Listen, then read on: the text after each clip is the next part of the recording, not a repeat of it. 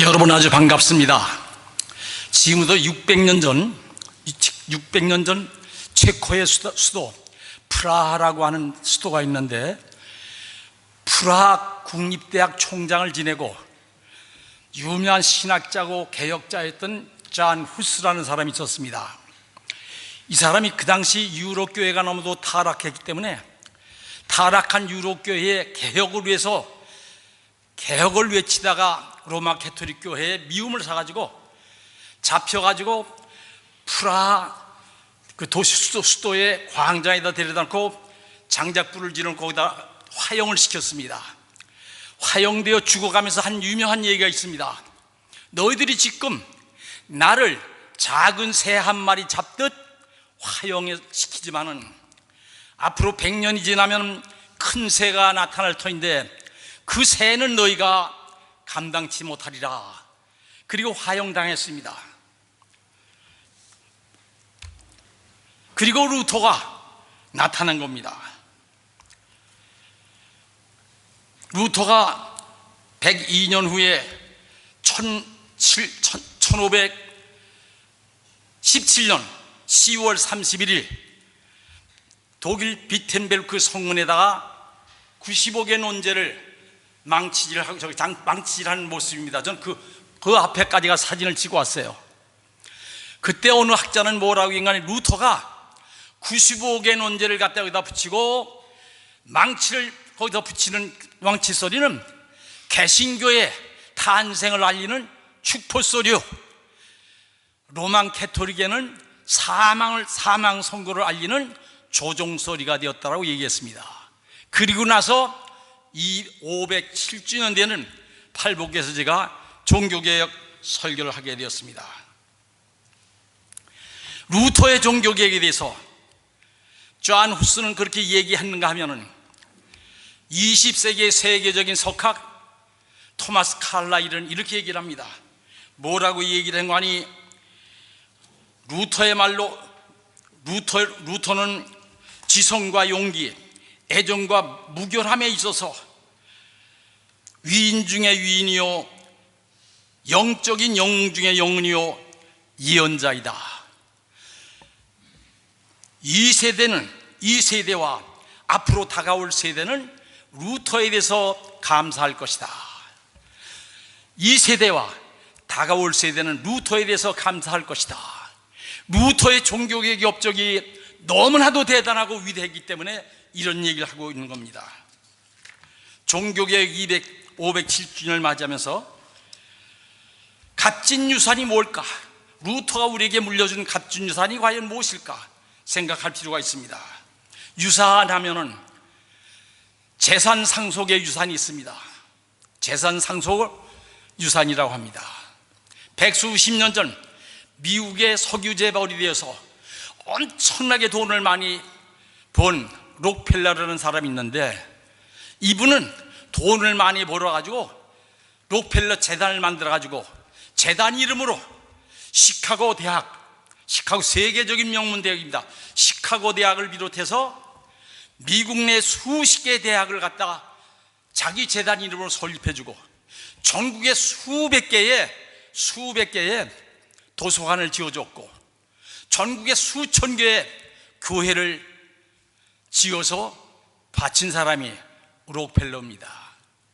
록펠러가 세상 떠난 지 또 백수십 년 됐지만 뉴욕 제일 번화한 데 가면 록펠러가가 있습니다. 록펠러. 하여튼 1km 정도 양쪽에 다 록펠러 재단에 깃발이 휘날리다 그걸 보면서 야, 참 재벌이 돼도 보통 재벌은 아니구나. 바로 그렇게 위대한 업적을 내긴 겁니다. 이렇게 다 유산 재물 상속의 귀한 유산이라 말할 수 있습니다. 두 번째, 정치 명문가라는 게 있습니다. 미국에서 정치 명문가 하면 누굴 생각하는 거 아니? 정치 명문가 하면 미국의 36대 대통령을 지난 존 F 케네디입니다. 아주 유명하잖아요. 60년 전에 총에 맞아 죽잖아, 살해당했잖아요. 넌 그 사람 총 쓴 자리까지 가서 시카고, 텍사스에 있는 그 유명한 서던 베프티스트 유니버시티 총장의 초청을 받아서 가서 거기서 며칠 묵으면서 바로 총을 쏘았다고 하는데, 저 앞을 지나가는데 총을 쏴가지고 케네디 대통령이 세상을 떠났다고 합니다. 그 케네디가가 어떻습니까? 케네디 가문에는 아버지를 비롯해서 동생들, 후손들이 주지사도 나오고 상원의원도 나오고 하원의원도 나오고 장관도 나오고, 케네디의 딸이 나중에 일본의 대사를 역임할 정도로 가히 정치 명문가가 그 가정이었다, 이렇게 이해할 수 있습니다. 그럼 세 번째, 재산 명문가가 있는가 하면은 정치 명문가가 있고, 세 번째는 종교적인 신앙의 명문가를 들 수 있습니다. 마태복음 1장에 보면은 아브라함 낳고 아브라함부터 누구까지 14대요, 또 낳고 해서 아문 때까지 14대요, 그리고 또 그 다음부터 예수 그리스도까지 14대다. 42대째 됐을 때 예수 그리스도가 태어났다. 아브라함의 하나님, 이삭의 하나님, 야곱의 하나님, 대제 자자손손이 하나님을 잘 섬기다 결국 42대째, 아브라함부터 42대째 결국 예수 그리스도 구세주가 태어나서 인류를 구원하라 세상에 오셨다, 이렇게 얘기할 수가 있습니다. 나는 지금보다 10년 전에 서울 광장동에 있는 세밭장로교에 초청을 받았습니다. 세밭장로교는 그 당시 창립 55주년을 맞아서 내가 60년 전에 거기 전도사로서 몇 년 있었기 때문에 제 아내하고 초청을 해서 설교를 해달라고 그래요. 광장동에 한 600명 나오는 아주 중형교회로서 아주 아담하고 10차선 도로에 잘 지어놨습니다. 거기가 설교를 하러 갔습니다. 설교를 마쳤어요. 그 다음에 2부 행사를 하는데, 이제는 55주년을 맞이해서 신앙 명문가 후손을 우리가 축하해야 한다고 2부가 계속되더라고요. 그게 뭔가 했더니, 그 교회 설립한 장로가 한경도에서 나온 정봉조 장로나, 그 집에 가서 밥도 많이 얻어먹고 주보도 내가 이제 만들고 거기 전도사 했기 때문에 그랬는데, 그 장로님 후세부터 5세대가 지금 나온다는 거예요. 그 장로님 부부는 세상 떠나셨고, 그 아들부터 고손까지 지금 나오는 거예요.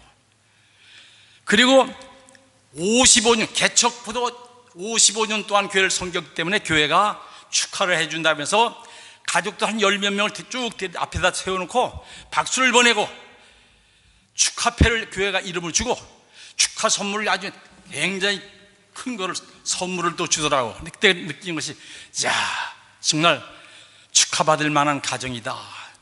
저는 이 시간에 우리 팔복교회도 앞으로 50주년이 될 때, 100주년이 될 때 언젠가는 이와 같은 신앙의 명문 가족을 축하할 수 있는 그날이 있기를 바라는 마음으로 이 자리에 섰습니다.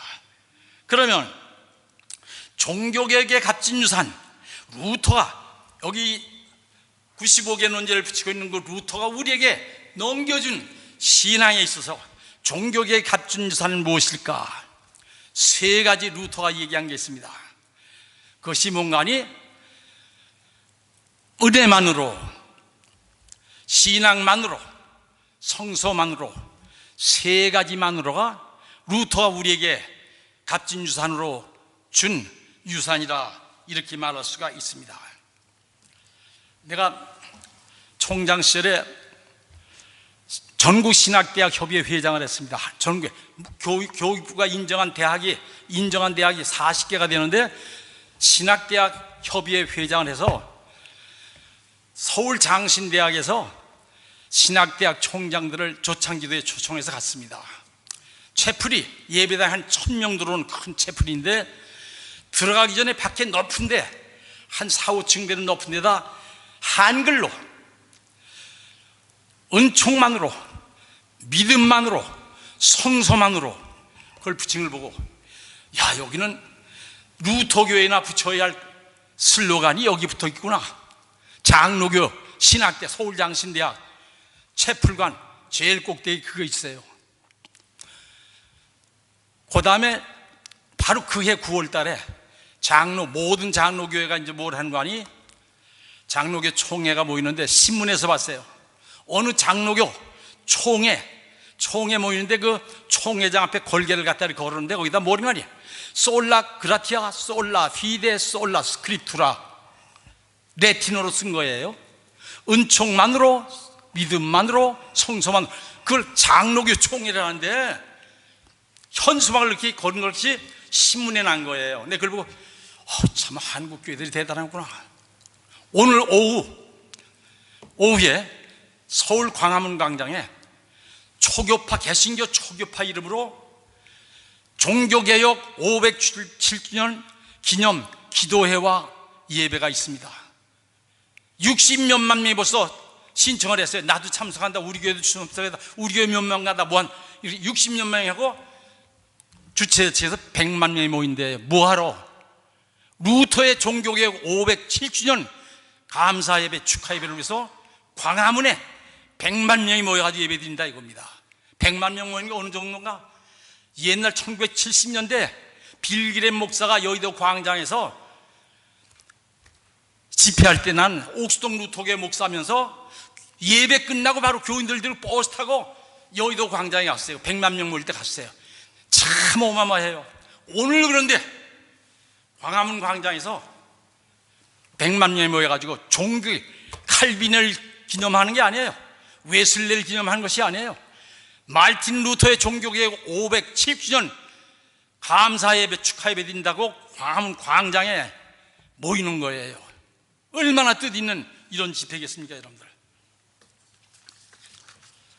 그렇다면 그 뜻이 종교개혁자 말틴 루터가 정말로 지금부터 507년 전에 종교개혁을 일으키면서 사용한 용어들 세 가지, 은총만으로, 신앙만으로, 성서만으로, 오늘 이 시간에 이 자리에 계신 여러분들 꼭 기억하시고 자자손손히 이것을 갖다가 전수하시고 그대로 살아가는 여러분들이 바랍니다. 첫 번째, 은총만으로, 레틴어로 솔라 그라티아, 은총만으로 구원에 이른다 생각해 보겠습니다. 지금 지상에는 80억 인구가 살고 있고 기독교 인구가, 가톨릭, 개신교 다 해서 기독교 인구가 23억 정도의 기독교인이 있다고 통계가 나옵니다. 한국은 300여 교파에 6천만 신도가 있다는 것이 얼마 전 신문 통계에 나온 겁니다.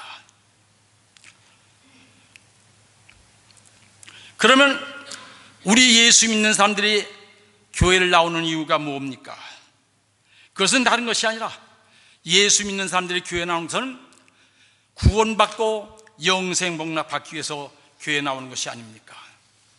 그런데 구원받는 길에 대해서, 구원받는 길이 어디 있습니까? 교회 출석 열심히 하면 구원받습니까? 헌금 많이 바치면 구원받습니까? 구제하고 자선행위 많이 하면 구원받습니까? 그것이 아니에요. 그것이 아니라 은총만으로 구원에 이른다. 은총을 통해서 우리는 구원받을 수 있다 이겁니다. 507년 전 말틴 루터는 신부였습니다. 수도사였습니다. 신학대학 교수였습니다. 성서 박사였습니다.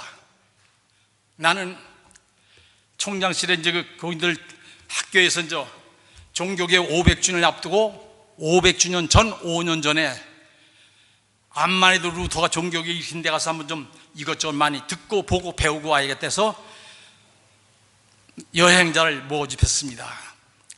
교수와 학생, 장로와 권사, 장로교 목사 부부, 감리교 장로 부부, 카나다에서 오고 통역에는 루터 대학의 교수였던 말테 리노 교수가 독일 사람이니까 부부가 다 독일서 박사 받았으니까 그 사람 데리고 이제 바로 잔 후스가 화양당한 자리를 갔습니다.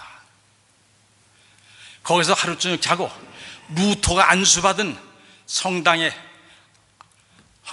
가서 주일 예배를 드리고, 루터가 학생 시절에 묵었던 기숙사에서 자고, 루터 가서 자주 가서 밥 먹었던 그 집에 가서 500년 전 식사를 하고, 그리고 여기저기 다녀가지고 나중에 위텐벨크로 와가지고 바로 이 95개 논제를 붙이는 저 앞까지 갔었던 겁니다. 루터가 항정해서 다른 것이 아니라 루터 시대 가장 심각한 문제는 루터 자신만의 문제가 아니라 중세교회의 문제고 독일교회의 문제였는데 구원의 문제였던 겁니다. 어떻게 하여야 우리가 구원을 얻을 수 있을까? 어떻게 하여야 우리가 의로우신 하나님, 불꽃 같은 눈으로 쳐다보시는 하나님 앞에서 내가 하나님 앞에 나가 예배를 드리고 구원에 이를 수 있을까? 그래서 루터는 중세교회 형식적에 따라서 3일 동안 먹지 않고 금식도 했습니다. 철야 기도도 했습니다. 성지 순례도 했습니다. 아무리 노력해도 나는 늘 마음이 멜랑콜리, 우울증에 빠졌다. 심령의 평화가 오지 않으니까 우울증에 빠졌다. 아주 너무도 힘들다. 그런 얘기가 나오고 있습니다. 그 글에 보면은. 그렇게 고민 가운데 그가 있다가 마침내 루터는 정말로 시하는 것이 그 당시 또 발표가 됐습니다. 교황청에서 루터같이 구원의 문제 때문에 고민하는 사람들을 위해서 뭘 한 거 아니? 소위 면죄증이라는 것을 팔기 시작했습니다. 교황 이름으로. 면죄증이라는 말이 라틴 말로 인덜게오라는 말인데, 인덜게오라는 말이 뭐냐? 그 뜻은 내가 돈을 내고 면죄증을 사면은 교황의 이름으로 교황이 호의를 베풀어서 면죄 산 걸 보고 야, 참 기특하다. 이렇게 면죄증도 샀으니 기특하다. 누구든지 면죄증을 사기만 하면은 천당 가는 프리 티켓이 되는 거예요. 그게 사람들의 신앙이 되겠습니까, 여러분? 교회 와서 11조만 잘하면 그 천당 갑니까, 여러분들? 자선사업 많이 하면 천당 갑니까? 헌금 많이 하면 천당 갑니다. 나오기만 하면 천당 갑니까? 그게 아니라 이거예요. 루터가 적어도 발견한 것은 그것이 아니라 정말로 루터가 발견해서 성서를 돌아가서 성서에서 귀한 것을 깨달은 겁니다. 중세기에는 인간 구원은 교회도 성당에도 나가고 헌금도 드리고 자선도 하고 그거 플러스 면죄증을 사야 한다. 이걸 갖다 신학적으로 신인협동설, 하나님과 인간이 협동해서 구원에 이른다는 겁니다. 나의 노력으로 말미암아, 하나님의 은총에 나의 노력을 말미암아 구원에 이른다. 그걸 신인협동설, 시노기즘이라고 하는 말인데 그걸 가르쳤던 겁니다. 그런데 루터는 아니다. 그걸 가지고 안 된다. 루터는 얘기했던 겁니다. 우리가 구원받고 영생의 나라에 이르는 길은 금이나 은같이 없어질 것으로 사는 것이 아니라 우리가 구원에 이르는 것은 은혜로 주는 거다. 공짜로 주는 거다. 루터는 그것을 깨달은 겁니다.